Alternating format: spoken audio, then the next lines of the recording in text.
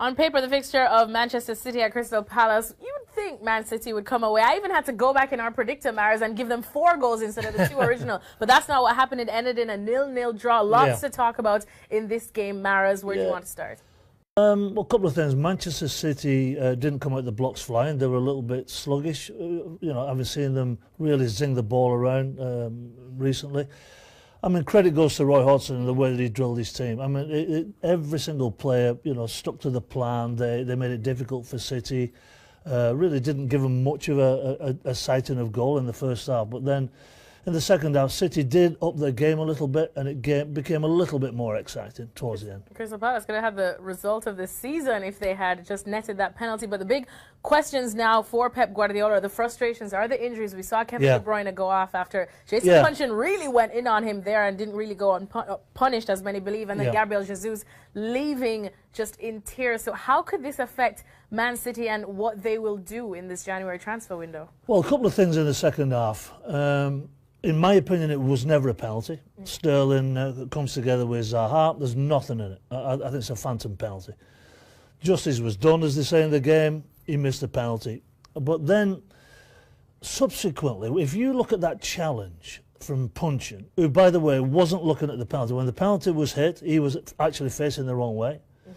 So as Kevin De Bruyne picked the ball up, he's absolutely nowhere near the ball. The referee has got to see that. It's so blatantly obvious. That's a red card all day long. You know, you talk about Jesus going off. I mean, the kid was absolutely in tears. He got the start today over Aguero. Maybe that was just Pep resting Sterling and Aguero. It upset the balance of the side a little bit. I do feel that. So Aguero comes on, but it looks as though Gabriel Jesus is going to be a little bit more long-term. We saw Kevin De Bruyne actually walking, with the physios, but he was walking after the game, so let's hope that he's okay. Because in the short term? I mean, well, exactly. I think this makes Sanchez being nailed on. I think because he can play the 9, he can play just off. I think he's ideal, and he goes in the rotation for the final push for the Champions League. So I think there will be some movement there with Pep and his backroom staff. But it's also, let's just cast our mind back to the Newcastle game. Let's cast our mind back to the Tottenham game when some terrible challenges were going in. I mean, leg breakers on De Bruyne from Dele Alli.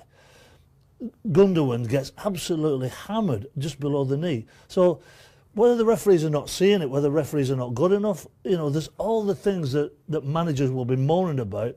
Decision making on penalties, decision making on horrendous challenges, and it's red card challenges that everybody in the world can see. And I know it's difficult, they've only got one take.